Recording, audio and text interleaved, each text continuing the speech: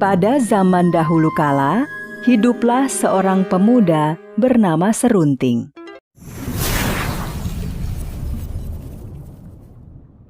Serunting adalah seorang pangeran yang merupakan anak dari raksasa bernama Putri Tenggang.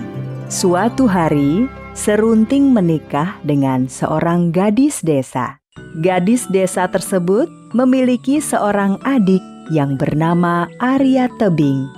Sebelum menikah, perempuan tersebut tinggal bersama adiknya di sebuah gubuk sederhana. Setelah menikah dengan Serunting, gadis desa tersebut tinggal dengan suaminya di lain kampung. Tinggallah Arya Tebing hidup sendiri di gubuknya. Arya Tebing dan kakaknya memiliki sebuah kebun yang agak luas. Sebelum kakaknya pindah, kebun tersebut dibagi menjadi dua.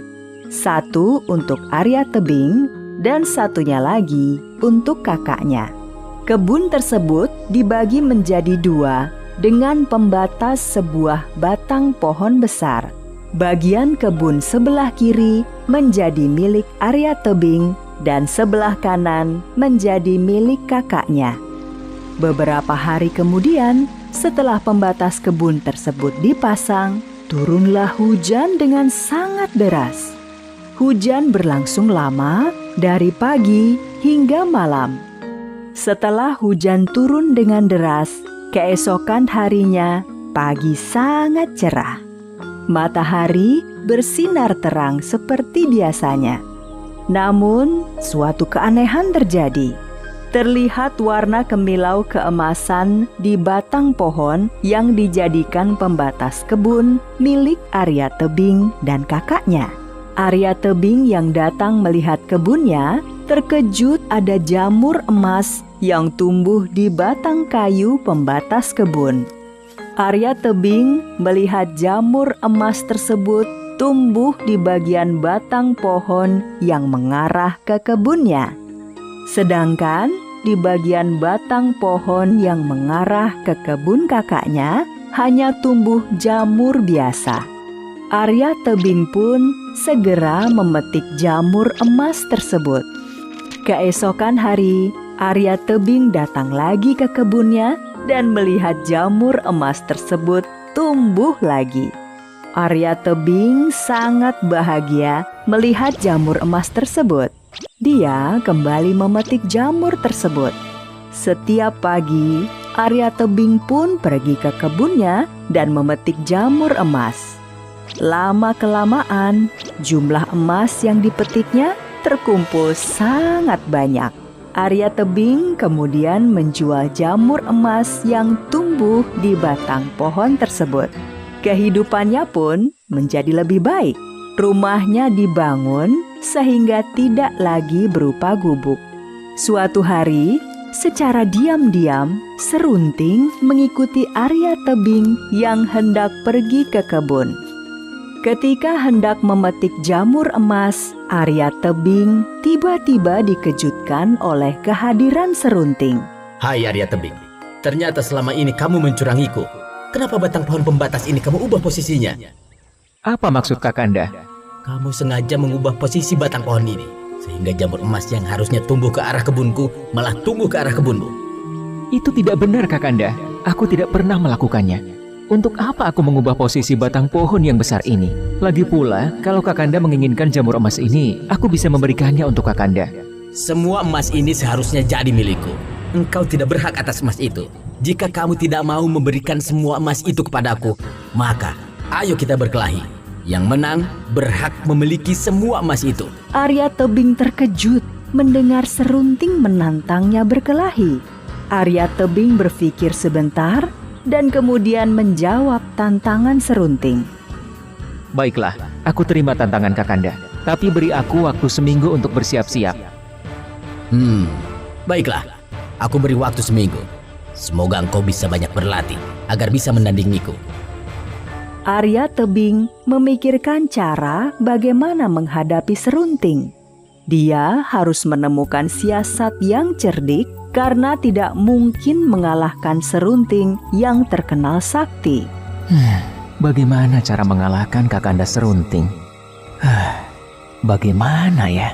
Akhirnya, setelah berhari-hari berpikir, Arya Tebing menemukan cara. Secara diam-diam, dia datang menemui kakaknya. "Ada apa engkau datang menemuiku secara diam-diam begini, Arya Tebing?" Kemudian, Arya Tebing menceritakan semua permasalahannya dengan Serunting. "Jadi, apa yang harus aku lakukan?" Tolong beritahu aku apa kelemahan dari Kakanda Serunting. Hanya dengan cara itu aku bisa mengalahkannya.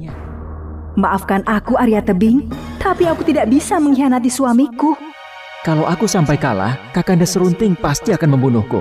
Tapi kalau aku bisa mengalahkan Kakanda Serunting, aku berjanji aku tidak akan membunuhnya. "Baiklah, karena engkau sudah berjanji tidak membunuhnya, maka aku akan memberitahukannya. Kelemahan Kakanda Serunting terletak pada rumput ilalang yang selalu bergoyang meskipun tidak tertiup angin. Jika kamu menombak rumput ilalang tersebut, maka kekuatannya akan hilang." Pada hari yang telah ditentukan, akhirnya pertarungan antara Arya Tebing dan Serunting pun berlangsung. Arya Tebing memang masih kalah ilmu dibandingkan Serunting. Arya Tebing terdesak mendapatkan serangan bertubi-tubi dari Serunting. Tapi Arya Tebing tidak khawatir. Dia sudah mengetahui kelemahan dari Serunting. Ketika sudah sangat terdesak, Arya Tebing segera melompat dan menombak rumput ilalang di dekatnya. Seketika, tubuh Serunting jatuh ke tanah dan kesakitan. Hei Arya Tebing, bagaimana kamu bisa mengetahui kelemahanku? Arya Tebing hanya diam saja sambil menyaksikan Serunting menggelepar kesakitan. Aku tahu, pasti kakakmu yang memberitahu. Sekarang pergilah Kakanda Serunting. Aku sudah berjanji tidak akan membunuh Kakanda. Setelah kalah dari Arya Tebing, Serunting pun berjalan jauh meninggalkan kampung halamannya. Akhirnya, Serunting sampai di lereng Gunung Siguntang. Setelah kelelahan berjalan jauh, Serunting duduk beristirahat di bawah sebuah pohon. Tiba-tiba, Serunting mendengar suara memanggilnya. "Hai anak muda, maukah kamu mendapatkan kesaktian para dewa? Siapakah engkau? Aku Sang Hyang Mahameru. Kesaktian seperti apa yang hendak engkau berikan Sang Hyang Mahameru? Kamu harus bertapa di bawah rumpun bambu itu sampai seluruh daun bambu tersebut menutupi tubuhmu. Apakah kamu sanggup?" Baik Sang Hyang Mahameru, aku sanggup melakukannya. Serunting pun segera bertapa di bawah rumpun bambu tersebut. Setelah 2 tahun, seluruh tubuhnya pun ditutupi oleh daun rumpun bambu. Wahai Serunting, masa bertapamu sudah cukup. Sekarang bangunlah. Kamu ternyata mampu menjalani masa bertapa yang berat ini. Karena itu, sudah sepantasnya kamu mendapatkan kesaktian para dewa. Ampun Sang Hyang Mahameru, kesaktian seperti apakah yang akan hamba dapatkan? Mulai sekarang, apapun yang engkau ucapkan akan berubah menjadi kutukan. Setelah bertapa dan mendapatkan kesaktian, Serunting berjalan pulang menuju kampung halamannya. Di perjalanan, Serunting mencoba kesaktian yang baru saja diperolehnya. Hai hamparan padi, berubahlah kalian menjadi emas.